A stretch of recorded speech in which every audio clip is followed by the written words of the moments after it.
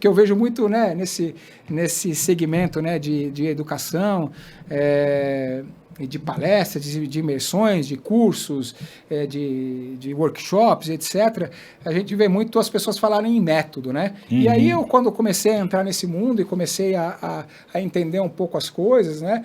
E eu vi que eu tinha alguns métodos, né, que tinham me feito ter sucesso, que são fórmulas que, na verdade, né, método, o que é? São técnicas personalizadas, né? Isso, né? Que você...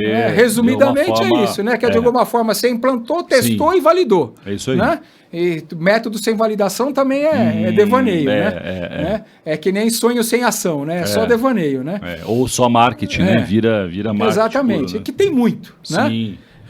Mas tá aí, cheio. uma das coisas que era a minha preocupação, digamos assim, que eu sempre coloquei diante de Deus, é que eu não queria ir para ficar marketizando nada, que eu não queria fazer espuma. Né? Que realmente é o tal do empreendedorismo de palco, né? Só falar sem experiência. Que isso só faria sentido realmente, como ele colocou no meu coração, se realmente ele tivesse dois pontos principais, que é aquilo que ele falou para mim, que o meu posicionamento como educador tinha que ter, que era a ativação, né, um deles, né, e que era alavancagem. Sim. Né? Então, essas duas coisas. Então, ativar, né, os propósitos e alavancar os propósitos. Através de uma transformação. Né? Gerada através de uma transformação. Então, eu falei, eu tenho que tomar cuidado para não cair nisso. Tá. Né? E ficar marketizando muito método. Aí eu falei, não vou falar, não. Falou, mas você tem método. Eu falei, tá bom. Mas aí foi quando o senhor me falou. Mas ele falou, não, um método por si só, ele é apenas um método. Né? Que ele pode fazer as pessoas chegarem lá, mas ele não vai ativar, não vai transformar e não vai alavancar. Né? Agora, se o método tiver o embasamento do princípio, ele não só vai fazer com que isso aconteça, mas vai fazer com que isso mantenha as pessoas no lugar para onde elas estão indo. Ou seja, o protocolo. Manter os protocolos. Manter os protocolos. A igreja está passando por uma revolução. Cada vez mais países vão dizer não para missionários que queiram um visto para ir pregar o evangelho. Mas vão dizer sim para pessoas que estão indo lá fomentar e criar oportunidades de negócio e trabalho locais. Isto é nova maneira de evangelizar. Prosperidade e riqueza é uma bênção, mas não como um fim em si mesmo, mas como um meio para fazer o nome do Senhor conhecido, enriquecer a muitos e transformar vidas. Esse é o alvo final de Deus nos ensinar a mordomia. O reino de Deus é movido por missões de pessoas que Deus abençoou e que me motivou a dar. Coloque uma parte no investimento no mercado financeiro, mas também outras parcelas no social, geração de renda e de emprego. O Instituto Tela quer desenvolver em você empreendedorismo em prol do reino de Deus. Quando você faz isso, você é que vai ganhar.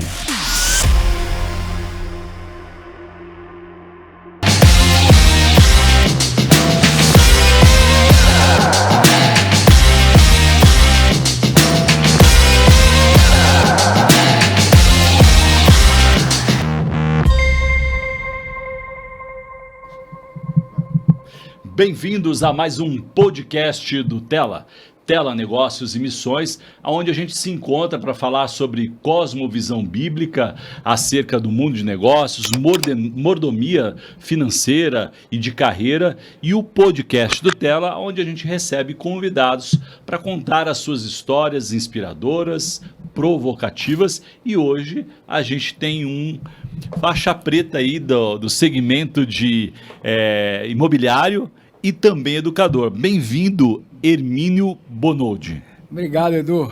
Obrigado pelo convite. Muito obrigado por essa oportunidade de podermos estar aqui compartilhando um pouquinho da nossa experiência e certamente acrescentando, né, não só os sucessos, mas os insucessos da nossa trajetória que também. Faz parte da nossa história e conta muito mais, às vezes muito mais verdades do que os nossos sucessos.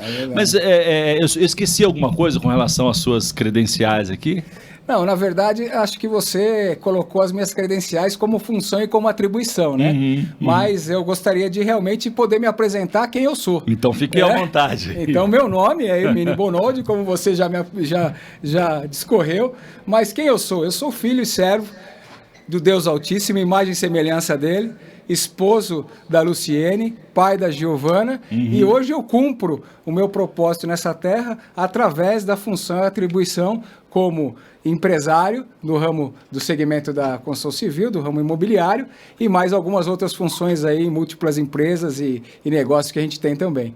Né? O Hermínio é um empreendedor serial e ele vai contar essa história pra gente aqui. Você que às vezes tá com medo, né, de empreender, ou fica pensando, bom, um negócio só já é difícil, então você vai ser ativado ou inspirado aqui pela visão, né? Porque precisa de visão, né, Hermínio? Muitas vezes para entender ciclos, né? Fechamentos de ciclos. Mas falando em ciclos, me conta como que foi a sua adolescência, porque aqueles que acompanham o nosso podcast já sabem que eu tenho uma tese que foi validada, inclusive, pela neurociência, que é na adolescência que a gente recebe os inputs que vai nos impulsionar ou vai nos conduzir na vida adulta. Como é que foi a sua adolescência? Tem a ver com empreendedorismo? Com certeza, eu acho que eu sou uma validação dessa teoria da neurociência. Opa, né? Então mais um pin lá na teoria. Com certeza, porque eu conto que nunca tive uma carteira assinada na vida. Uau, né? Hoje olha eu tô com isso, 55 anos e comecei a trabalhar bem jovem, com 15 anos de idade. E, na verdade, comecei empreendendo. Porque com 15 anos já tinha os meus anseios, queria poder comprar as coisas que eu achava legal. Comprar um tênis, enfim, comprar um Walkman. Walkman era da sua época? Né? Videocassete, Walkman. Os mais jovens não vão saber do que nós estamos falando. Certamente não, isso é palavrão. Mas vai lá no livro da revelação no Google que vocês vão ver umas fotos lá. Livro da revelação, muito boa. Do que nós estamos falando, né? Mas com 15 anos de idade eu queria ter o meu dinheiro e queria ter a minha liberdade financeira para poder me movimentar um pouco mais do que a mesada ou da limitação de ter que ficar pedindo para os pais ou para os avós. E aí vi no caminho das vendas e no caminho do empreendedorismo uma oportunidade. Então, na época, estava despontando, como a gente falou aqui, o videocassete, era um artigo de luxo, que nem era só importado. Assim como os carros também, os carros, né, não vinham equipados como vem hoje, né? Verdade. Como diria o Collor, eram carroças. O carro, quando vinha, era acessório no carro, um vidro verde, um limpador traseiro, um vidro elétrico, tudo isso era acessório, quanto mais um som. E carro não vinha com som, a gente instalava som em carro e custava caro, tinha que comprar, investir nisso. Então eu comecei a ver uma oportunidade nisso, que era um mercado que tinha muito, tinha alguns amigos que trabalhavam com isso, mais velhos do que eu, e aí eu pedi um dinheiro emprestado para meu pai e para minha mãe, eles não me deram, né? Mas aí eu recorri à velha avó, né? Porque a avó sempre tem um coração mais mole, né? E sempre tem um dinheirinho guardado na carteira que é aqui, né? No sutião, né? Só uma curiosidade, Hermínio, os teus pais tinham grana nessa época? Meus pais tinham uma situação estável, não é? Mas isso também não dizer que era uma família, a gente era uma família de classe, na famosa classe média, na época da década de 70, 80, né? Era a classe média que era a grande, até hoje, né? A grande motriz da sociedade. Mas éramos uma família de classe média, tínhamos uma condição legal, uma classe média alta, vamos dizer assim. Tinha uma condição legal, mas isso realmente não era porque eles não tinham a grana. Mas eu pergunto isso porque isso poderia ser uma zona de conforto, você falar, cara, tô bem aqui, meus pais pagam a conta, etc. Sim, é verdade. Mas você deve ter tido, provavelmente, alguém na família que foi uma referência para você empreender, além da vontade de comprar o tênis, o Walkman. Eu creio que, sem dúvida, a minha grande referência e inspiração foi o meu avô materno. Ele era empreendedor. Tio, que eram empresários, eram empreendedores no ramo da indústria calçadista, e sempre foram uma referência para mim. Meu avô materno, sem dúvida nenhuma, e um tio meu que é meu padrinho, né? E irmão mais velho da minha mãe, que eu falo que é meu segundo pai, mas que é minha referência de empresário de empreendedorismo. Essas eram as minhas referências. Mas o que me movia mesmo era essa vontade de ter liberdade. Sim. Né? E como ter liberdade, se eu com 15 anos tinha que estudar, tinha que fazer, então o caminho do empreendedorismo foi através da venda, empreendendo através da venda, foi o que realmente se elucidou na minha frente. Falei, é isso que eu tenho que fazer para poder ter alguma coisa diferente do que eu tenho hoje, para não ficar dependendo do meu pai e da minha mãe para fazer as coisas que eu quero. Não ter limitação, né, Hermínio? É. Aqui no Tela Educação, a gente tem a escola de empreendedorismo, e aproveitar esse gancho, né, da história e da experiência do Hermínio, e dizer de que você possivelmente é o responsável, é isso mesmo, você possivelmente é o responsável por fomentar na cabeça de muitos adolescentes essa visão empreendedora, de que não há limites, né, de que há uma possibilidade infinita no empreendedorismo, e quando a gente calibra isso com mordomia, a gente vai falar um pouquinho mais para frente sobre isso, com um propósito, né, é poderoso. Porque, Hermínio, uma bandeira que a gente levanta aqui, né, nada contra quem decide ser funcionário, nada contra. Quando você é empresário, você tem mais desafio de fé, inclusive, né? Mas você também pode abençoar muitas vidas, ter um lugar de fala, de influência, né? De exercer aí uma influência a partir dos princípios que você tem. Então, eu costumo dizer, eu gosto de dizer que o mundo do empreendedorismo é uma ótima ferramenta, né? Para difundir os valores cristãos, né? Há quem diga que o mercado de trabalho, ou marketplace, como diz o americano, né? É o novo campo missionário. Né? E então, reforçando aí a sua experiência como visionário, né? Porque com 15 anos, cara, decidi empreender é fácil, e não parou mais. E aí peguei uma grana emprestada, comecei a comprar alguns sons para carro e videocassete, comprar e vender, e não parei mais. E com 17 anos, na época, pedi para o meu pai me emancipar e abri minha primeira empresa com 17 anos. E tive meu primeiro, hoje é CNPJ, mas na época era CGC. Eita, tive meu primeiro CGC. E tive minha primeira empresa, que foi uma agência de modelos e uma academia de ginástica. E aí comecei ao mesmo tempo vida, ou não? Ao mesmo tempo. Eram então dois já negócios. Era um empresário serial. Já ia no serial, uma coisa que puxou a outra. Né? Já foram dois negócios ali tocados ao mesmo tempo. E o mercado imobiliário vem mais para frente, né? Você teve um período aí de aprendizado. Sim. Certamente. Chegou a quebrar antes de entrar no mercado imobiliário, não? Sim, quebrei 3 vezes antes de entrar no mercado imobiliário. Bastante aprendizado. Não era cristão ainda. Não era cristão ainda não. Antes do mercado imobiliário. Ainda não. E aí chegou no mercado imobiliário e entendeu que ali era uma oportunidade para você desenvolver a sua visão de futuro. Como é que foi essa chegada do mercado imobiliário? O que te atraiu nesse mercado? Exato. A entrada no mercado imobiliário foi justamente numa fase que eu tinha acabado de quebrar uma empresa, por uma escolha de associação errada, né? Com critérios errados e sem discernimento que eu fiz. Você era cristão nessa época já? Era novo convertido. Tá. Era novo na fé. Onde que errou ali? Você consegue hoje, à distância, perceber o ponto falho? Sim, sem Porque dúvida. normalmente o cristão tem uma sensação de capa de proteção, né? Que nada vai dar errado. Né? É verdade, né? E principalmente quando a gente é novo convertido também, a gente meio que usa a fé como uma muleta, né? A gente pensa que a fé é ignorante, né? A gente pensa que a fé ignora os fatos, né? Mas fé o fato, racional, ela né? não ignora os fatos, ela confronta os fatos, isso né? Aí, isso aí. Ela ressignifica os fatos, de né? fato, é isso mesmo. Mas, na época, como novo convertido, e depois ainda, já convertido, quando eu quebrei outras 2 vezes, né? E aí um dia eu parei com Deus e realmente fui entender, né, o porquê dessas coisas e o que estava gerando essas questões.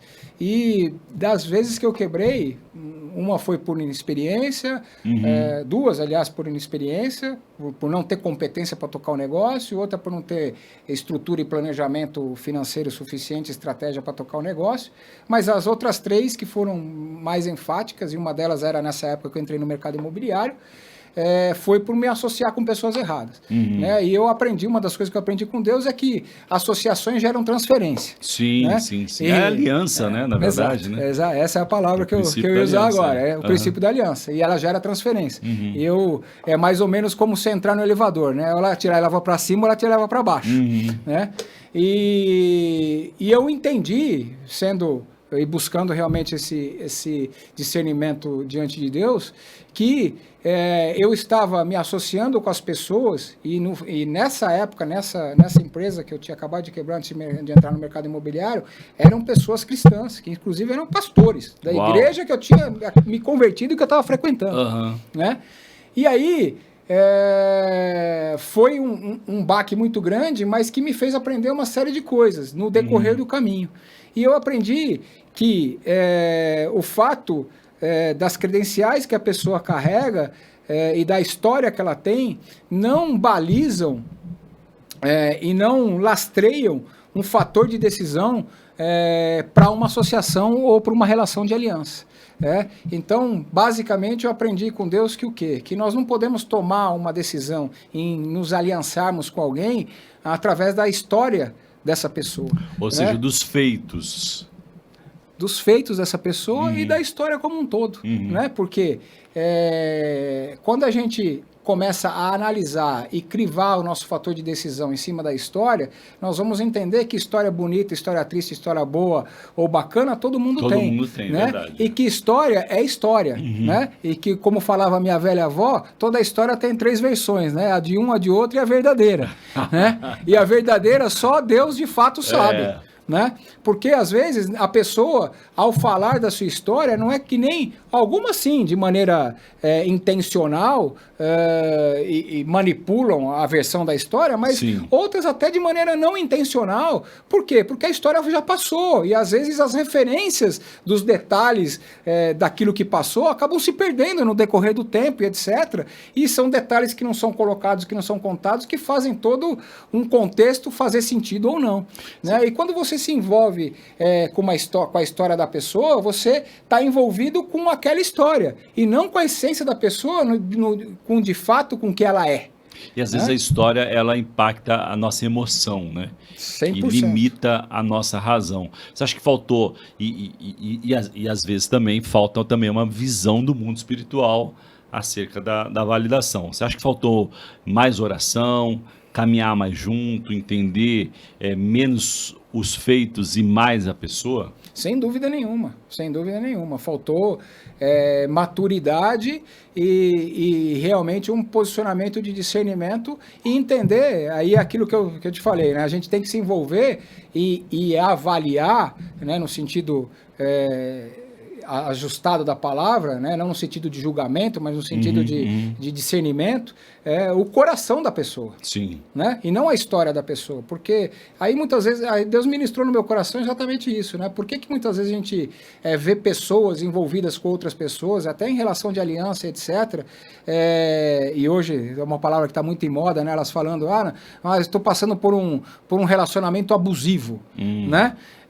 E as pessoas se submetem a passar por relacionamentos abusivos, né? E por quê? E aí todo mundo fala, né? Na hora que essa pessoa sai desse relacionamento ou na hora que acontece alguma coisa contundente, né? Mas todo mundo te avisou, todo mundo via, só você que não via. Como é que estava enredado ali emocionalmente. E por que isso muitas vezes acontece? Por quê? Porque a gente se envolve com a história, né? E aí quando a gente se envolve com a história, a gente está se envolvendo com algo passado e a gente começa a ficar com a visão realmente tacanha e com a visão fechada para o coração da pessoa, para as manifestações daquilo que a pessoa tem de fato dentro do seu coração, né? E aí a gente fica preso nessa história e realmente se coloca dentro de uma bolha. E aí tudo aquilo que é feito contra aquela história, a gente passa a ignorar, porque a nossa visão está assim, e de fato a gente não enxerga. Né? A gente passa a não enxergar quem de fato aquela pessoa é e o que aquela pessoa está fazendo isso. E passa a justificar as atitudes do presente concernente à história dela do passado.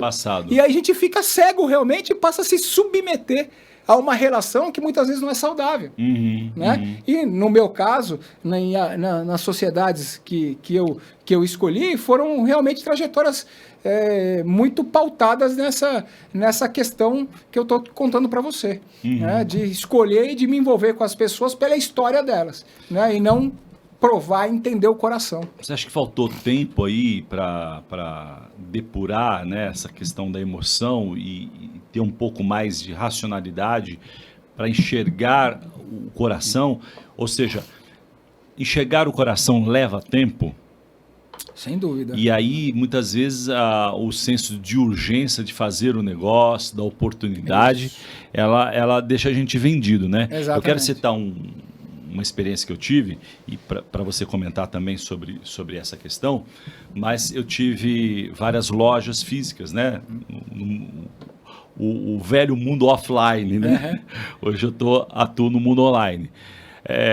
Mas eu tinha uma orientação para os meus vendedores: sempre que chegar alguém com muita pressa em comprar, não venda. E aí eles abriam um olho enorme. Eu falei assim, como assim, né? O cara quer comprar? Não, cara, a chance de ser golpe, porque era a época do cheque ainda, né? Porque você lembra que o cheque você tinha que consultar, fazer uma série de questões ali para validar. E o cara ali que ia trazer prejuízo, dano, né? Ele batia na emoção. Ele quer comprar o que geralmente ticket médio mais alto e tinha um senso de urgência muito grande e isso acabava comprometendo a racionalidade. É um pouco disso também que você está falando. Perfeito, né? A analogia é perfeita, Edu. É exatamente isso, né? Porque para a gente entender, conhecer e provar o coração, exatamente, leva tempo. É só na relação, né? No dia a dia, né? Você estica um pouco mais, come um pouco mais de sal. Não nasce pronto, né? A gente constrói. E é uma via de duas mãos, né? E o coração, a gente não consegue penetrar, né? O único que consegue penetrar é o Espírito Santo. Sim. É Deus que consegue, que conhece o profundo escondido. Né? Como diz o salmista. Exato. A menos que ele nos traga em revelação e entendimento, né? A gente precisa construir, e isso vai sendo construído por indícios, né? E nós vamos entendendo isso no dia a dia, na construção de uma relação. Né? E aí, esse gancho que você pegou é muito importante, porque depois foi uma coisa que Deus me ensinou um pouco mais na frente, que foi realmente a não entrar ou não estruturar projetos ou negócios, né, de acordo com a análise de oportunidade, né, de tempo fora de propósito. Né? Porque aí é uma palavra até um pouco mais pesada, quando a gente decide entrar num negócio porque o negócio é bom, ou porque a oportunidade é boa, porque vai dar dinheiro, porque isso, porque aquilo, né, a gente se torna como uma prostituta.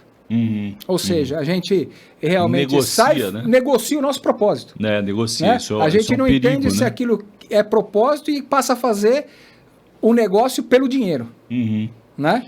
Então, esse é um ponto crucial no qual você tocou, que realmente foi um outro aprendizado e que mais lá na frente, já com uma fé um pouco mais madura, com um relacionamento mais maduro com Deus, e depois de bater algumas cabeças, eu realmente vim aprender com Deus essa questão, né, de não entrar no negócio ou não estruturar um negócio ou uma empresa, né, pela oportunidade ou pelo negócio em si, sem entender se aquilo realmente tem um propósito.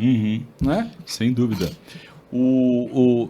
Tem um outro lado dessa história que é a questão da visão, né? Você fala de não ser pressionado pela oportunidade, mas tem um outro lado que é enxergar a oportunidade, né? Saber enxergar a oportunidade, ela é fundamental para que você consiga até envolver fé mesmo e visão de negócio, mas esse fator tempo, ele é sempre um desafio para a gente, né? Agora, Hermínio, avançando um pouco mais na sua história, então você teve várias empresas, etc. e tal, e chegou no mercado imobiliário. E a sua maior parte da sua trajetória é no mercado imobiliário. Sim. É isso mesmo? Hoje faz 25 anos, né, que eu atuo no mercado imobiliário. E entrei nesse mercado depois dessa quebra dessa empresa, e num momento que eu estava traumatizado, né, vamos dizer assim, buscou um pouquinho de conforto, colinho, e né, ferido nos sentimentos, nas emoções. Claro. É normal, né, dentro de uma situação adversa dessa, buscando resguardar, mas ia absorver o acontecimento. Mas na época, na altura, eu estava realmente procurando e falei, não quero mais saber de gente, não quero mais saber de gerir gente, de formar equipe. Estava machucado. Estava machucado. Eu estava, né, naquela fase da revolta. E quero estruturar um negócio que eu tenha autonomia, que eu possa ter um negócio, mas que ao mesmo tempo eu tenha autonomia e que eu não dependa de ninguém. Que é o famoso eu SA, que eu brinco e falo, né? E quais das atividades que poderiam ser. E aí a corretagem de imóveis, o mercado imobiliário através da corretagem de imóveis se apresentou como uma grande alternativa, que em princípio eu rechacei, não queria, porque eu via que era um mercado muito amador e um mercado com muita falta de estrutura e de profissionalismo, né? E achava que eu não ia me adaptar, que não serviria para mim, pelas experiências que eu tinha, empresariais, etc., de formação e papapá. Mas, fazendo uma análise um pouquinho mais consciente, diante de um convite de um amigo que me fez para entrar no mercado, na corretagem, eu falei, poxa, se esse mercado é assim mesmo, e se eu acho que eu tenho uma visão um pouquinho diferente e sei fazer diferente do que geralmente é feito, das experiências que eu tive com o mercado, do que eu escuto, do que eu vejo sendo feito, né? Aí eu pensei e veio aquela célebre frase na minha mente, né? Pô, terra de cego, quem tem um olho é rei, né? Então tem um cenário de oportunidade incrível, que tem uma autopista para eu trilhar. Sim. Quer saber? Eu acho que está aí, né? E ao mesmo tempo, isso aqui me gera a possibilidade de amanhã eu ter autonomia e ser o eu SA. E depender só de mim e trabalhar na corretagem, trabalhar com venda e tá tudo certo. E assim eu entrei no mercado imobiliário, começando na corretagem, fiz um planejamento, falei, vou aprender tudo que eu puder, né? E entrei na maior empresa e na maior operação imobiliária que tinha, como corretor, que era a Lopes, e até hoje é a maior operação aí da América Latina. E aí falei, vou começar essa trilha aqui e durante um ano eu vou aprender tudo que eu puder, vou destrinchar, vou modelar, fazer tudo que eu puder desse mercado e daqui um ano eu pego, abro o meu escritório, ponho uma secretária, uma assistente, não sei o quê, e vida que segue e vou tocar minha vida assim. E aí foi esse passo que eu dei, assim que eu entrei no mercado imobiliário. Mas estava vindo de uma quebra, estava com uma situação financeira muito instável e muito prejudicada, e tinha que ir com a cara e com a coragem, porque também não tinha um colchão né, financeiro para me sustentar, era uma situação de trabalho de autônomo, que não tinha nenhuma garantia de remuneração, etc., tudo no sucesso e no risco, né, e além do que tinha que investir ainda para continuar, e a perspectiva de faturar, de pôr algum dinheiro no bolso, sabe-se lá quando, né, mas aí o veio do empreendedor, né? O empreendedor estava ali, estava ali, um pouco escondido, mas continuava ali firme. E vamos que vamos, carro emprestado, de cheque pré-datado para colocar gasolina na época, que ainda era cheque que se usava, 60, e os postos aceitavam cheque para 90 dias para colocar gasolina. Então botava, não era nem vender o almoço para comprar janta, era vender a gasolina para poder atender o cliente. E assim eu comecei no mercado. No final dos anos 90, começo dos anos 2000, e comecei nesse mercado imobiliário nessa época desse jeito, né? Como a grande maioria dos empreendedores ou como a grande maioria dos negócios das empresas começam, né? Com a cara e com a coragem. Você tem uma história curiosa aí dos Cs, né? Conta um pouquinho mais sobre isso. É a experiência, né? E eu já comecei muito negócio assim, né? Como eu falei anteriormente, fora de propósito, né? Pela oportunidade ou pelo negócio em si, né? E usando os 2 Cs do empreendedor, né? Que é a cara e que é a coragem. Isso. Né? E depois é que eu fui entender que além da cara e da coragem, nós temos que ter o terceiro C, que é determinante para o sucesso do negócio, que é o quê? Que é a competência. Né? E aí as competências das ferramentas, né, gerenciais, técnicas e mercadológicas, estratégicas que são necessárias, né, para a gente poder realmente empresariar. Né? E a fé não substitui esse terceiro C, né? Nunca, de jeito nenhum, né? Ela potencializa. Potencializa, impulsiona, potencializa, né? Mas, de fato, ela não substitui. Ô, Hermínio, num dos movimentos que você tem feito aí como educador, né? Você fala, usa uma expressão de distribuidor de riqueza. Então, o empresário está, de alguma forma, intrínseco o enriquecimento, o que é bom, né? a gente teve uma entrevista do Paulo Oliveira, recomendo você assistir, se você não assistiu ainda, vale muito a pena. Ele fala que o problema é quando dá certo e dá errado, né? Você tem a grana, enriquece, porque você pode enriquecer mesmo sem estar com o propósito calibrado, desde que você siga alguns princípios, né, bíblicos. Eles vão, de alguma forma, te levar a uma prosperidade, mas não a prosperidade, né, bíblica, portanto. Mas voltando aqui à expressão que você utiliza, distribuidor de riqueza, né? Óbvio que imagino que você esteja falando de uma forma mais ampla, no sentido da prosperidade, mas eu queria começar esse ponto te perguntando se, para o cristão, a maior parte do nosso público aqui são de empresários cristãos ou de quem está querendo empreender, né, e é cristão. Você acha que, por força da sua experiência, né, das mentorias que você tem feito e tudo mais, enriquecer ainda para alguns ou para muitos é pecado? Não, sem dúvida. Eu acho que, me permita só rebobinar um pouquinho e voltar um pouquinho, você tocou em alguns pontos bastante fica à vontade. Aí, relevantes. Quando a gente fala de propósito, de riqueza, de pessoas, de associações, etc., e tentando fazer um link aqui, resumir, colocar tudo isso como um raciocínio lógico e estrutural que dê subsídio para a gente clarear um pouquinho essas coisas.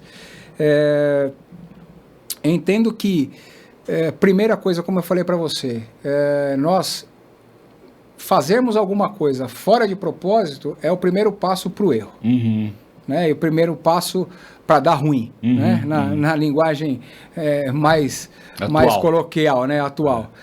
Então, o primeiro passo para dar ruim é a gente fazer alguma coisa sem propósito. E aí você falou, você se intitula ou fala que você é distribuidor de riquezas de oportunidade.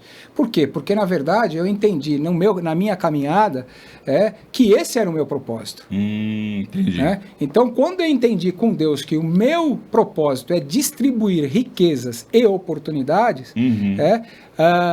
todo o resto começou a se encaixar e fazer sentido e estruturar uma plataforma de movimentação, de decisões, de atitudes minhas que começaram a convergir para um caminho ajustado e alinhado com aquilo que Deus tem para mim e para minha vida como chamado nessa terra. Né? E aí, pegando o gancho das pessoas, das associações, eu comecei a entender também que quando a gente tem um propósito muito bem firmado, né, além dos nossos próprios passos estarem orientados e alinhados, nós também nos estruturamos numa posição em que o propósito vai atrair ou vai repelir as pessoas que vão se achegar a gente. Né? Porque quando a gente tem a identidade muito bem consolidada e ativada, né? E o famoso IP, que não é o IP do computador, né? Mas é a identidade e propósito, né? Quando a gente fala. Né? Quando a gente tem a identidade de quem somos, né? Por isso que eu provoquei você aqui brincando um pouquinho, mas falando muito sério, né? De quem eu sou. Né? Essa é a minha identidade, isso é que me define. Né? Quem me define não é o que eu faço. Eu estou empresário, estou pastor, ou estou educador, ou estou isso, ou estou aquilo. Isso mas muda. Isso não nos a define, função verdade. e a atribuição e outra, né, a tendência é que ela realmente mude no decorrer da vida também. Saudável. Né? Faz parte do processo, né? Mas isso não me define, porque muitas vezes, se em algum momento isso mudar, como é que eu vou ficar? Se a minha identidade, eu sou empresário e amanhã eu não tenho mais empresa, vamos dizer, como é que eu faço? Então eu perco minha identidade, então eu não sou mais ninguém. Né? Aí a cabeça... Não foi para né? isso que Deus nos criou, não é? Né? Acho que volta à origem do propósito da criação. Né? Então, entendendo essa dinâmica e esse alinhavamento aqui que a gente está fazendo, quando a gente tem a identidade e o propósito muito bem definido, também, consequentemente, as associações passam de uma maneira meio que natural a se encaixarem dentro daquilo que é o propósito. Porque ou ele vai atrair ou ele vai repelir. Se a pessoa não tiver um propósito alinhado com o seu, ela não vai suportar ou ela não vai se associar com você, porque isso vai entrar em dissonância, e não tem Sim. como. É natural, é como imã. Ou ele atrai ou ele repele de fato, né? E aí, quando eu passei a entender esse meu propósito de distribuir riqueza e oportunidade, foi muito interessante, porque eu comecei em uma situação em que, quando Deus me falou isso, Edu, eu falei assim, bom, então, maravilha, eu vou fazer o quê? Eu vou tocar o pau nas minhas empresas agora e vou botar pressão o máximo que eu puder, né, para fazer muito dinheiro, né, para poder realmente cumprir o meu propósito. Tá. Né? E aí eu mergulhei e comecei a tracionar e botar pressão nas minhas empresas, nos meus negócios, para realmente fazer as coisas acontecer e gerar. Resultado. Mais diante, pegando o gancho que você falou lá de trás, da visão que Deus tinha me dado para que esse propósito se cumpra, para todo esse projeto de educacional e etc., que a gente vem movimentando e vem estruturando, a conta não fechava. Porque a visão daquilo que o Senhor colocou no meu coração é muito grande. Né? E que, aliás, se a visão que Deus te deu não for grande o suficiente a ponto de você não conseguir realizar, não foi Deus que te deu. Talvez seja um bom indício de que não é dele. Né? Sem dúvida. Então... É um chamado sempre para fé, né? Para sempre. Crescimento, impulsionamento. Né? Porque a visão é dele, né? E se você tiver a possibilidade de fazer, não vai ser ele que vai fazer, né? Então é através de nós, né? Sim. E não por nós. Sim, é né? isso aí. Então é sempre assim, né? Que quando Deus dá a visão para o homem, o primeiro momento, né, que acontece é a gente realmente se tremer inteiro, ficar com muito medo e falar, não vai dar. Né? Mas é por isso que tem a Bíblia, né?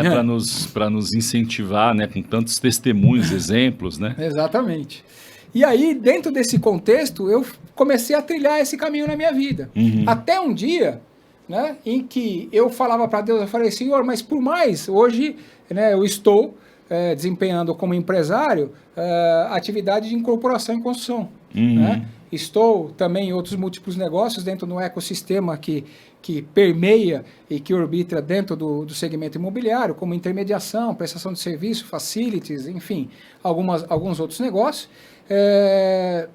E também no veio do educador ligado ao mercado imobiliário, ligado às questões empresariais e de empreendedorismo, né? Trazendo um ensinamento de maneira como você falou, né? Você fala, você é educador, né? E as pessoas falam, mas você é professor? Eu falo, não sou professor, eu sou educador. Como empresário, né? Como empresário. Uma atitude empresarial de educador. Porque eu entendi que o educador, ele ensina através daquilo que é um conhecimento empírico, ou seja, que é através da experiência própria, daquilo que ele teve. Né? E o professor ensina do conhecimento adquirido, né? Não necessariamente vivido. Uma coisa não é melhor nem pior que a outra, não é certo ou errado. São diferentes tão somente. Bem diferentes. Então, quando eu comecei a entender isso, voltando no que eu estava te contando, e trilhar esse caminho, e diante da visão que Deus me deu, eu falei, poxa, mas essa conta não vai fechar. Por mais que esses negócios tracionem, tenham faturamento, tenham robustez e tenham perspectiva de longevidade, de crescimento,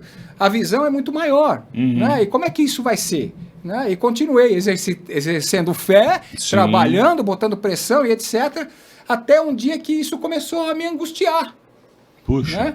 E aí eu, diante de Deus, falei, mas Senhor, como é que eu vou distribuir essa riqueza toda que o Senhor quer e essas oportunidades todas que o Senhor colocou no meu coração, desse jeito que o Senhor me deu a visão, essa conta não vai fechar. E quanto tempo isso vai demorar? Eu provavelmente não vou conseguir fazer isso, né? Não vou ter tempo hábil, cronologicamente dizendo, né? E aí o Senhor falou comigo uma coisa muito interessante, Edu. Primeira coisa que ele falou para mim, ele falou, por que você está procurando fora o que está dentro? Olha. Aí eu falei, mas como assim? Ele falou, então, por que você está procurando, né, a riqueza do mundo fora, se a verdadeira riqueza já está dentro? Aí Deus me deu uma retrospectiva da minha vida. Ele falou, olha quem você era antes de me conhecer, olha quem você é depois de 25 anos que você me conheceu. E olha tudo que eu fiz na sua vida.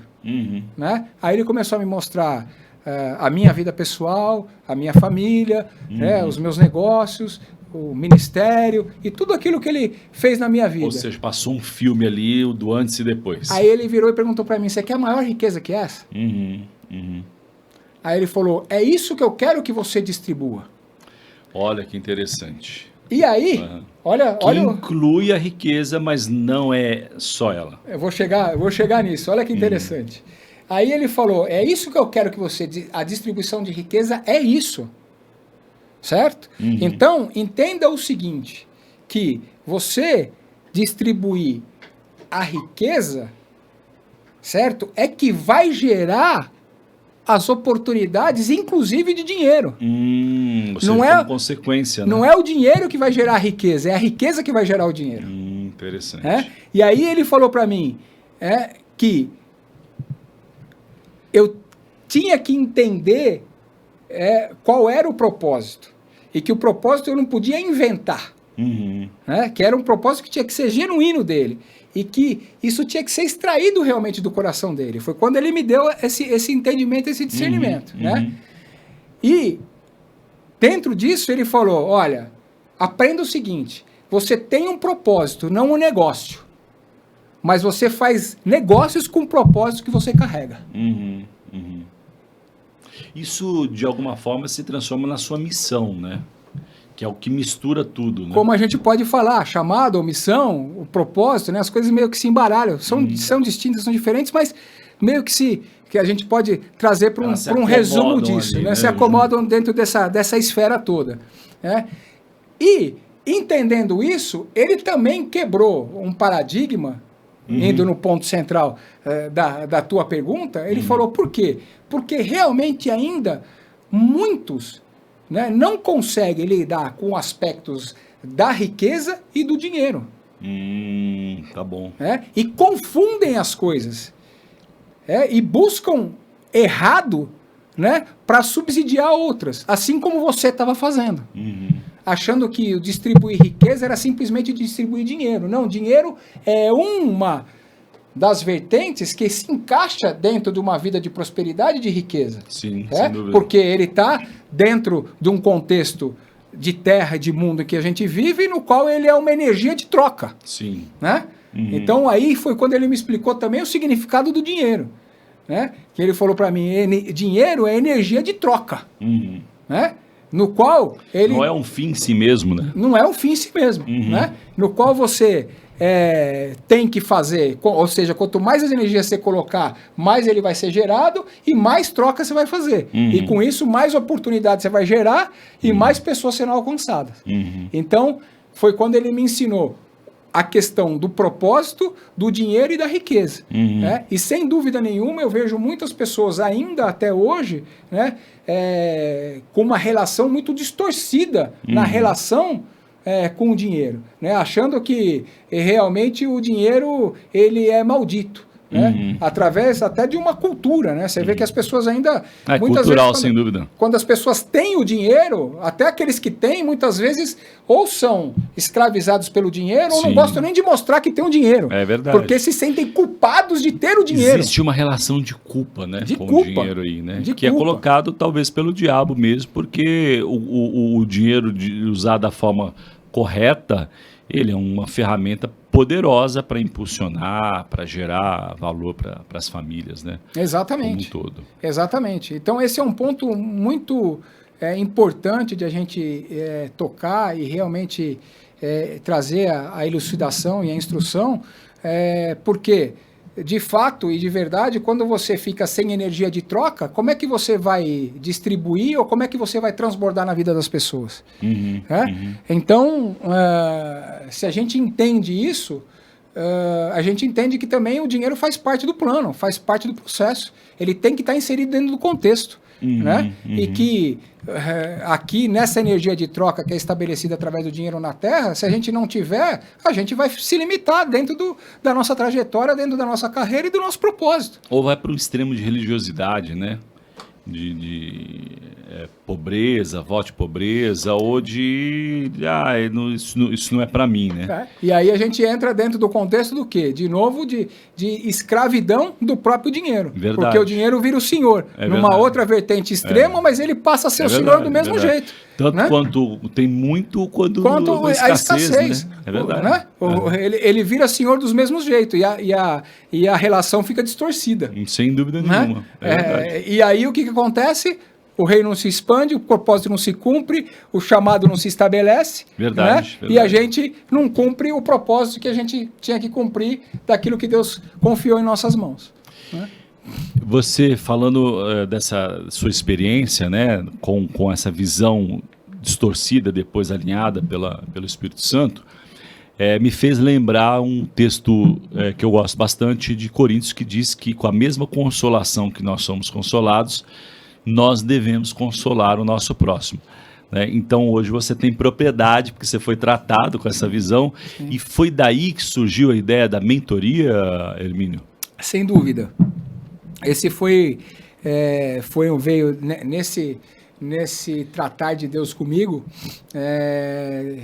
que estabeleceu o entendimento dessa estruturação da vertente do educacional, que é o educador como empresário. É o educador como empresário, né? Que foi a maneira como Deus colocou no meu coração. Ele falou: eu quero que você distribua a riqueza ensinando as coisas que você veio aprendendo no decorrer do caminho, né? Porque assim como Salomão também nos ensinou, né? E aí Deus perguntou para mim, colocou uma frase que às vezes eu pergunto para os outros também, ele fala: quanto custa um erro? Caríssimo. Né? Aí ele falou: quanto custou os erros que você cometeu para você? Aí começou a passar um filme de retrospectiva também, né? De prejuízos emocionais, financeiros, familiares, pessoais, etc, etc. Eu falei: pô, custou muito. Sem né? dúvida, sempre muito caro. De tempo e etc, e etc. Eu falei: custou muito. E aí ele falou: então... tem muitos que estão incorrendo no mesmo erro, que não precisariam cometer os mesmos erros se você estivesse ensinando.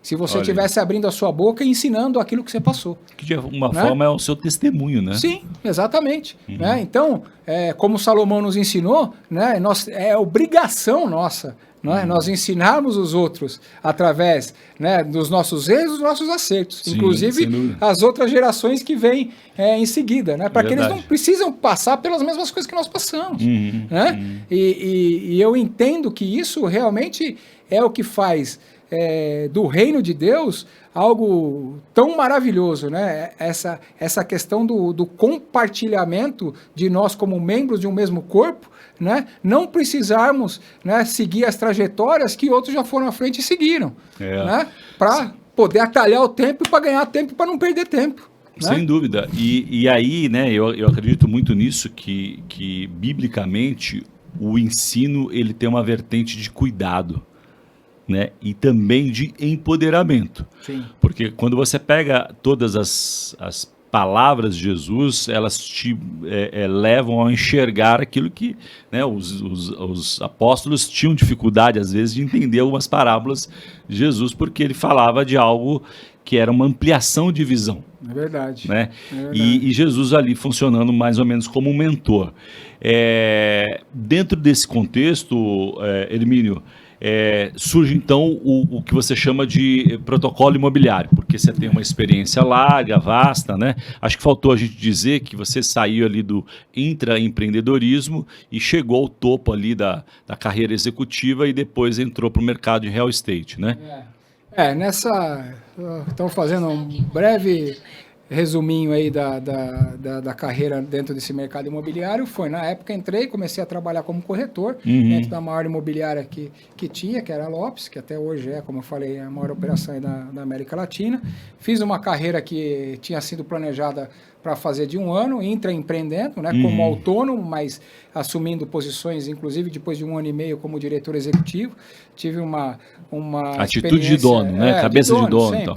E tive uma experiência de uma formação multidisciplinar dentro desse mercado, que eu julguei extremamente rica e oportuna para que eu pudesse dar outros passos. Participei da abertura de capital da empresa, então tive realmente experiências muito interessantes, importantes dentro desse segmento na empresa. Mas depois de um ciclo de 8 anos, eu saí de lá, abri a minha própria empresa, aí voltei a empresariar. Curado já. Já estava curado, abri minha própria empresa de novo dentro do segmento imobiliário. Certo. E nessa época comecei também a incorporar, porque eu já estava desenvolvendo algumas atividades como diretor da Lopes, auxiliando e estruturando empreendimentos imobiliários com alguns incorporadores. E comecei a co-incorporar com um cliente amigo, que se tornou amigo, e aí na época ele se tornou sócio meu na imobiliária e eu me tornei sócio com ele na incorporação.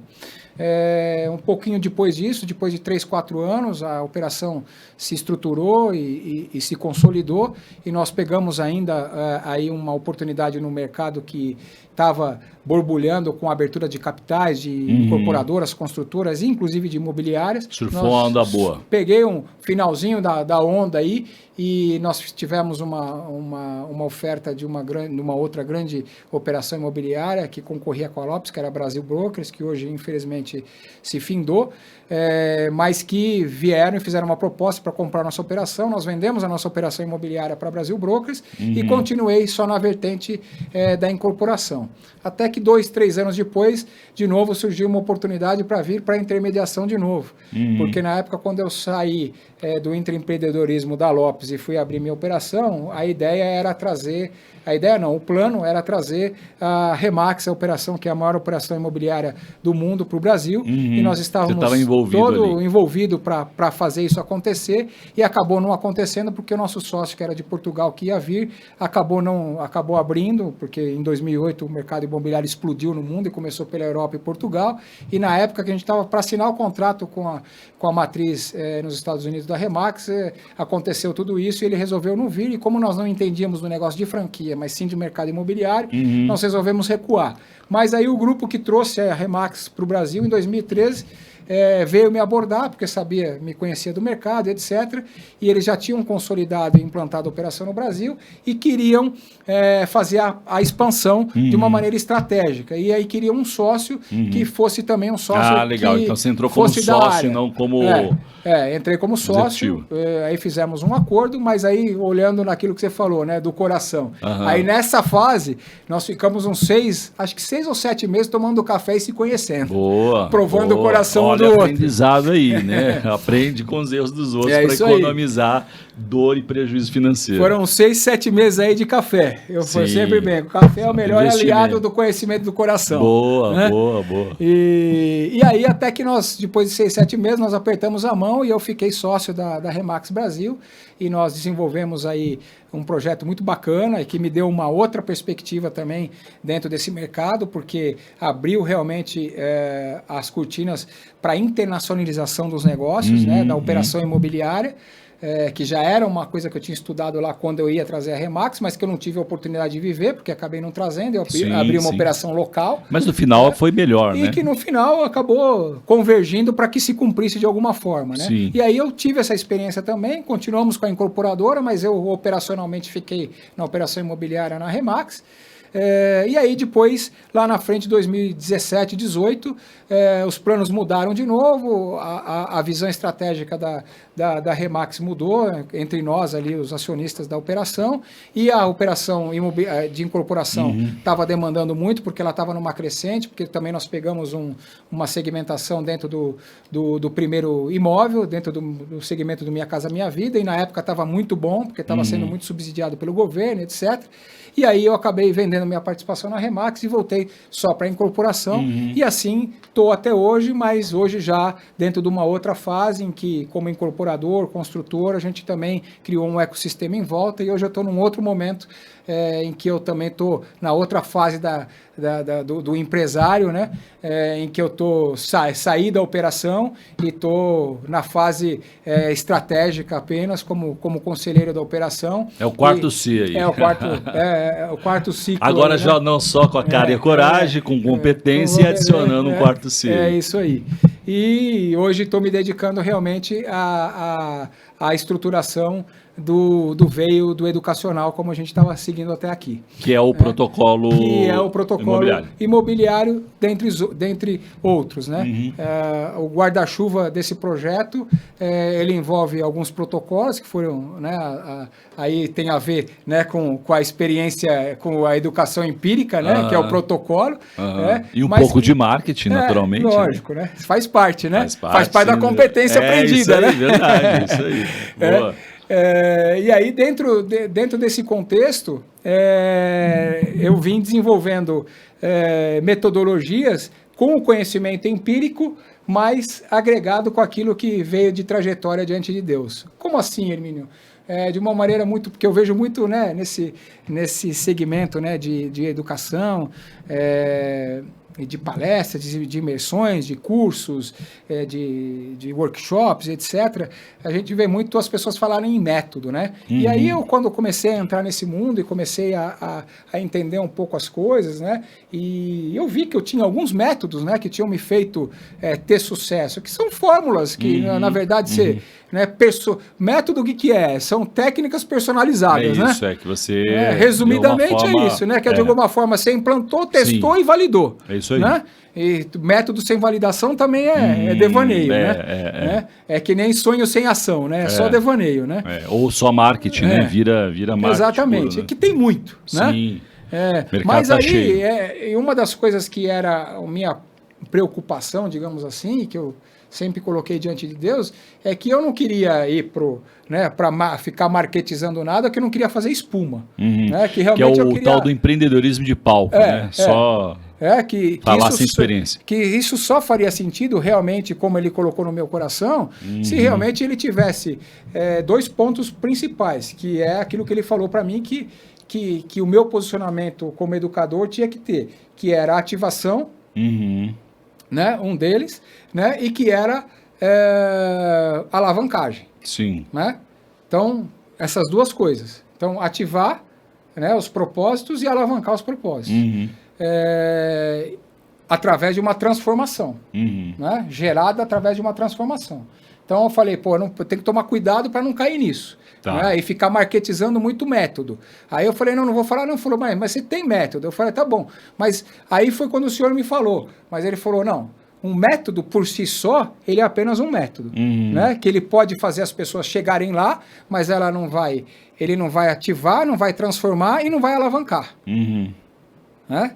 Agora, se o método tiver o embasamento do princípio, ele não só vai fazer com que isso aconteça, mas vai fazer com que isso mantenha as pessoas no lugar para onde elas estão indo. Ou seja, o protocolo. Manter os protocolos. Manter os protocolos. Entendeu? Foi daí que surgiu, né, a história do protocolo. Né? Então, hoje, a gente está ensinando, educando, dentro da trajetória do mercado imobiliário, os empresários dentro desse mercado, sejam corretores autônomos, sejam incorporadores, construtores ou donos de imobiliária, através de um método que tem embasamento em princípios cristãos que fazem parte da minha trajetória até aqui, né? Que mais do que ativar, né, mais do que transformar e mais do que alavancar, né, realmente trazem para uma base de sustentação através de um fundamento que são os princípios que estão por trás do método. Né? E aí, esse movimento hoje, através das imersões, das mentorias, sempre trazendo a parte técnica da competência empresarial focada no ramo, mas também as questões principalmente do embasamento dos princípios cristãos, que é o que me fez chegar até aqui, que faz parte da minha história e não podia estar em dissonância e nem destacado disso, não tinha como. Imagino que seja o grande diferencial de tudo. O grande diferencial, né? Porque muitas vezes a gente se depara conversando com empresários, empreendedores, etc., né? Então, uma coisa que eu primeiro dou o fundamento e depois eu falo daquilo que realmente precisa ser, né? E o fundamento qual que é? Eu sempre falo, pessoa forte, empresário forte, CPF forte, né? Primeiro. Então, primeiro eu trato do CPF, eu trato do empresário, depois eu trato da família do empresário, para depois tratar da empresa. Né? Então, é CPF forte, família forte, empresa forte. Não adianta nada a gente tratar da empresa se aqui nós temos máculas, ou temos brechas, ou temos problemas que precisam ser tratados. Até porque a Bíblia diz que nenhum sucesso no mundo, né, compensa fracasso dentro de casa, né? Hoje, Exatamente. então, só, né, de repente, quem está nos assistindo está pensando num novo segmento ou investimento, para quem que é essa imersão? Uma imersão, né? Qual que é o seu público? Ou ainda a pergunta é se alguém que está pensando em mudar, né, de área, de segmento, quer investir em um outro segmento, é para esse público também ou só para o público, enfim, do setor imobiliário? Hoje, dentro do guarda-chuva, Edu, nós estamos com 2 protocolos estruturados. O protocolo imobiliário, que é focado para o segmento imobiliário. Então para quem já está no mercado. Incorporador, construtor, corretor de imóveis, donos de imobiliária, arquitetos, engenheiros, algum profissional ou empresário que esteja dentro do ecossistema do mercado imobiliário. Esse é o foco, né, do protocolo imobiliário. E aí nós temos um outro protocolo, que é o protocolo valente. Esse protocolo valente é para empreendedor e empresário. Tá bom. Né? E aí o protocolo valente, a gente trata, ele tem uma extensão um pouco maior, né, porque a gente começa tratando realmente do desenvolvimento e do autoconhecimento pessoal na esfera do empresário, tratando corpo, alma e espírito. Depois a gente trabalha a esfera familiar, trabalhando as 3 famílias, a primeira família, a família dos nossos pais, a segunda família, a família do nosso cônjuge, e a terceira família, a família dos nossos filhos. Sim. Então a gente entra tratando tudo isso e depois a gente passa para a parte empresarial. E aí na parte empresarial a gente cuida da parte estrutural, estratégica e da parte de funding e equity. Então a gente fecha um pacote que é um pouco mais genérico, que aí é para quem é empreendedor e quer empresarial, para quem já é empresário e quer realmente alavancar ou fazer o seu negócio ir para um próximo nível. Então é um pouco mais abrangente. Tanto um quanto o outro, eles têm um formato de imersão e de mentoreamento. Né? Através da imersão, que é um evento presencial, que é de dia inteiro, e que depois a gente coloca para aqueles que fizeram sentido e tiveram um entendimento do que se trata e qual a essência e o que se trata, os princípios que tem por trás do método, a partir do momento que aquilo fizer sentido e realmente a pessoa entender que é para ela, aí então nós temos um segundo estágio que vai para um mentoreamento, que aí é um programa no protocolo imobiliário de 3 meses, no protocolo valente de 4 meses, onde a gente tem um acompanhamento semanal, tem atividades de encontro presenciais e online, e aí é uma coisa mais abrangente e mais personalizada também. E você fomenta o network dentro desse processo aí? Sem dúvida nenhuma, né? Porque o networking ele é empírico, né? As pessoas, isso é uma coisa que faz parte da ativação e da transformação, né? Porque eu sempre falo, né, que as mesas que você senta e as pessoas com as quais você convive vão determinar o seu próximo nível e o seu resultado, né? Sem dúvida. Então, isso chama network, simples assim, né? Simples assim, uma definição simples de network. Nada mais do que, e também eu falo ambiência, né? Porque ambiência o que é? O lugar que a gente está, as mesas que a gente senta e as pessoas com as quais a gente convive e tá determinando. E aí eu falo que o quê? O ambiente é a mão invisível, né, que molda o comportamento das pessoas. Sim, né? é verdade. E a minha avó fala, mas não, a minha avó sempre fala, eu sempre cito a minha avó, a velha avó italiana, né, que me deixou muitos princípios interessantes, ainda que muitas vezes na ignorância cristã dela, mas que são princípios fundamentados em princípios cristãos, né? E ela sempre falava para mim, filho, fala com quem você anda que eu vou te falar quem você é, né? O famoso ditado, né?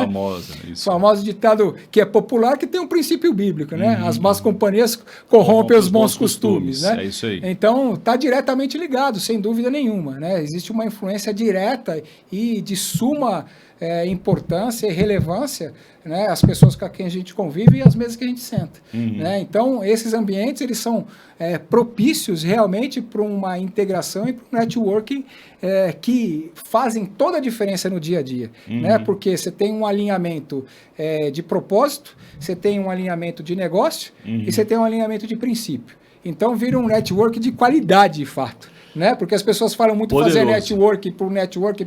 E aí as pessoas, coisa do passado, Coisa né? do Emílio? passado, né? Eu tenho a agenda com não sei quantos mil nomes. Tá bom, uma coisa é você ter o contato, outra coisa é você ter acesso, Uhum. né? É bem diferente. E o acesso é que muda o jogo, Uhum. né?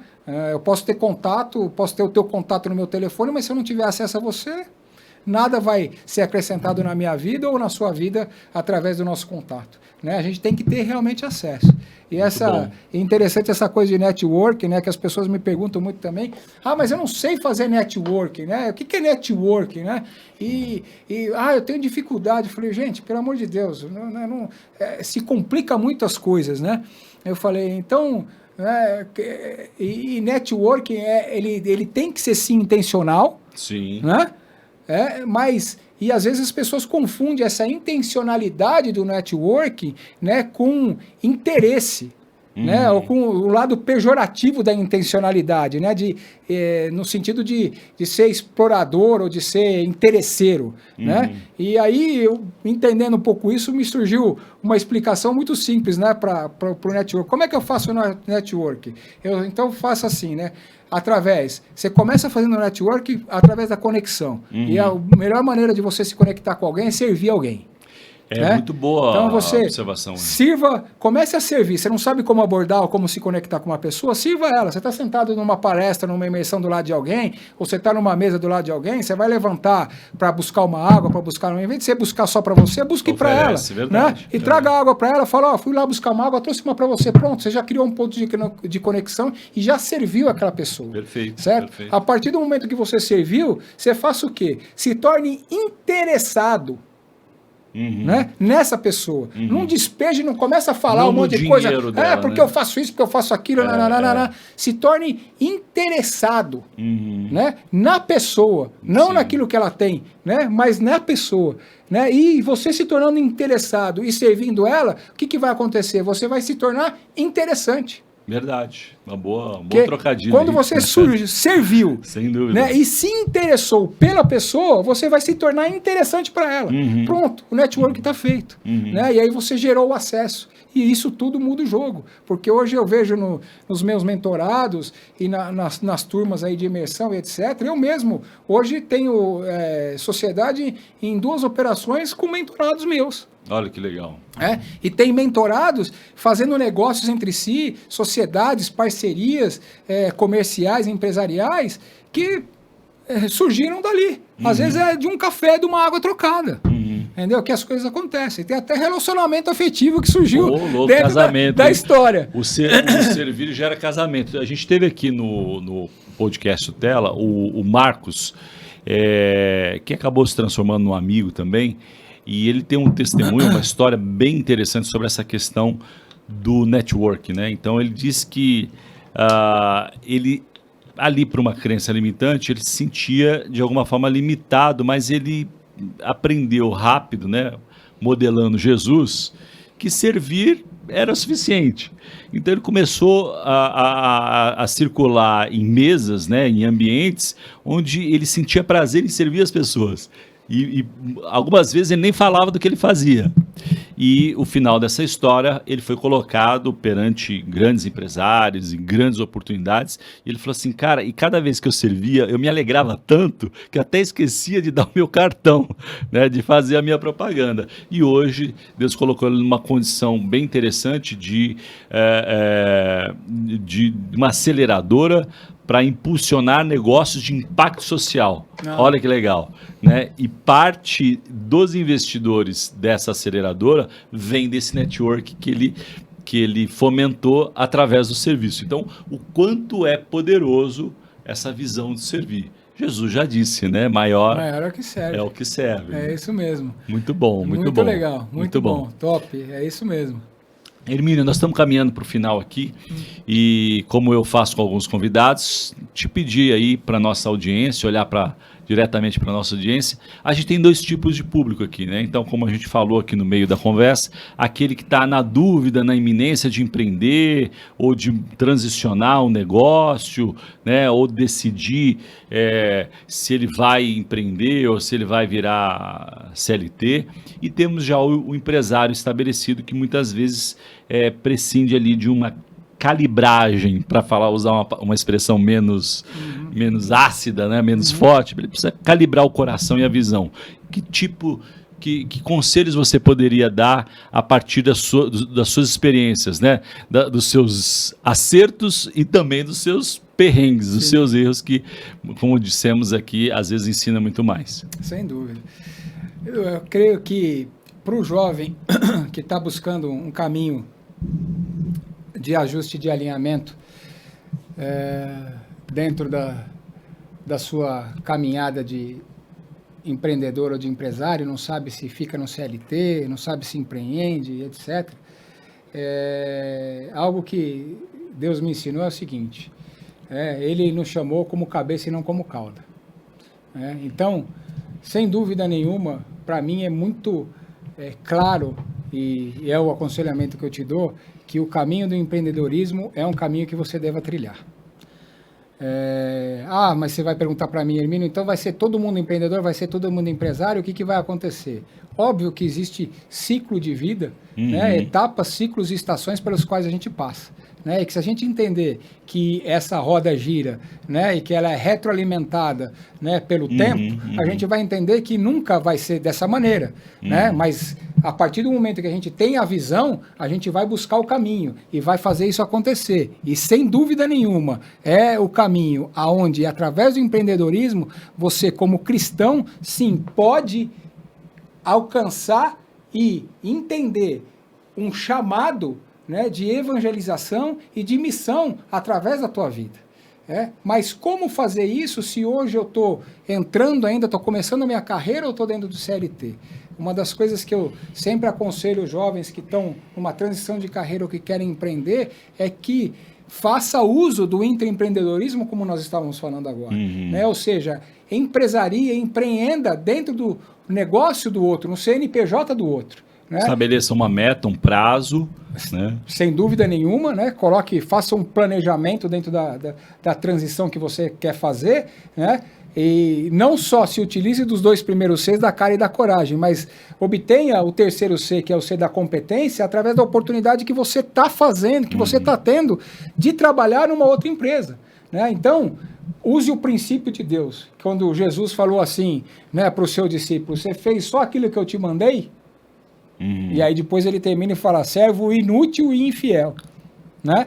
Então, se hoje você está entendendo isso e entendeu esse caminho que você deve trilhar, faça mais do que você está fazendo dentro da função e da atribuição que você está tendo onde você está trabalhando.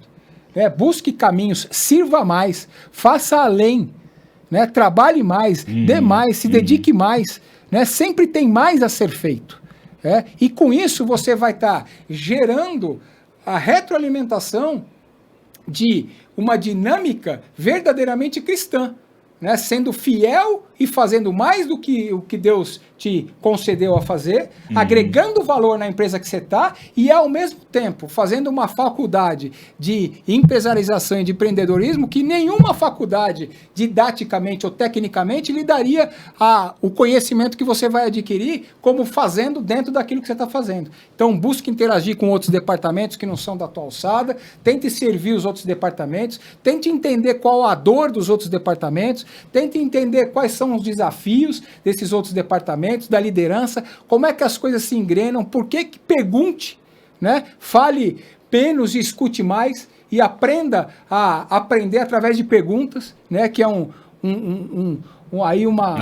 chave extremamente importante para você. Aprenda a fazer pergunta, né? E com isso você vai adquirindo a competência para amanhã poder empresariar e empreender. E na hora que você, como o Edu muito bem falou, colocou prazo e planejou aquilo, você faça a transição realmente com uma estrutura e com um fundamento apto para poder dar o próximo passo sem ter os sobressaltos daquele que só começou com a cara e com a coragem. Né? Além do que, você ainda vai ter agregado valor de uma tal forma que muito provavelmente com o parceiro que você está, na empresa que você está, você vai gerar oportunidades de eventualmente fazer negócio com eles mesmos, tendo eles como seu parceiro, tendo eles como seus sócios, tendo ele como seus clientes. Essa é uma probabilidade que acontece muito. Eu, por exemplo, nas minhas empresas, Edu, né, eu falo para todos os colaboradores que vêm trabalhar comigo, eu falo o seguinte: você tem prazo contado. Né, o teu prazo é 1 ano, você vai trabalhar comigo. E se daqui 1 ano, né, você ou não se tornou meu sócio, ou não saiu fora daqui, você pode ter certeza que eu vou sair fora com você. Né? Então, essa é a dinâmica, porque ali. Eu quero que realmente, ou ele faça daquela função, atribuição dele, um business, um negócio, que ele abra, através do departamento que ele está tocando, que ele está vendo, que ele enxergue uma oportunidade de negócio ali, traga um negócio na qual eu mesmo posso entrar com ele, fomentando e sendo parceiro e sendo sócio dele, ou incentive-o a abrir um negócio e ser meu parceiro de negócio, ou não, ou simplesmente ele toque o negócio dele e siga a vida empreendendo, porque esse é o caminho que, de fato, Deus preparou para nós. Então, é isso. Não tenha medo, se esforça, tenha bom ânimo, como falou o nosso Senhor para nós, e avance, porque esse é o caminho de Deus para você. Empreenda, porque empreendendo você entenderá que o impacto de vidas que você alcançará será monstruoso, e não dá mais tempo para a gente perder tempo. Existem muitas vidas precisando ser alcançadas. Enquanto você, como CLT ou como um empregado dentro de uma empresa, você vai conseguir falar com um número restrito de pessoas, você como empreendedor vai alcançar o mundo. E para aquele que está estabelecido, que ainda não serve o seu próximo através do seu negócio, é mais do que hora de se juntar a nós do Tela e calibrar, né, ou ressignificar essa visão. Porque, Hermínio, indo para o final aqui, sucesso é muito mais do que lucro financeiro. É sobre impactar vidas e glorificar a Deus. Muito obrigado, você que esteve conosco até o final. Compartilhe nas redes sociais, ajuda o canal se inscrevendo, ativando o sininho, né? Todas aquelas coisas que você já sabe, mas é importante a gente dizer de novo para ajudá-lo a lembrar, para você nos ajudar. Então a gente está te ajudando a nos ajudar. E se você achou esse conteúdo relevante, manda para o maior número de pessoas possíveis, compartilha aí na sua rede de amigos, porque o nosso objetivo é esse, né? Impactar vidas e através daquilo que fazemos, glorificar a Deus, através daquilo que Ele nos confiou. Muito obrigado mais uma vez, até o próximo episódio. Esse podcast é editado por Media Power, uma produção do Tela Educação. Oferecimento eCrown Full Commerce e Service.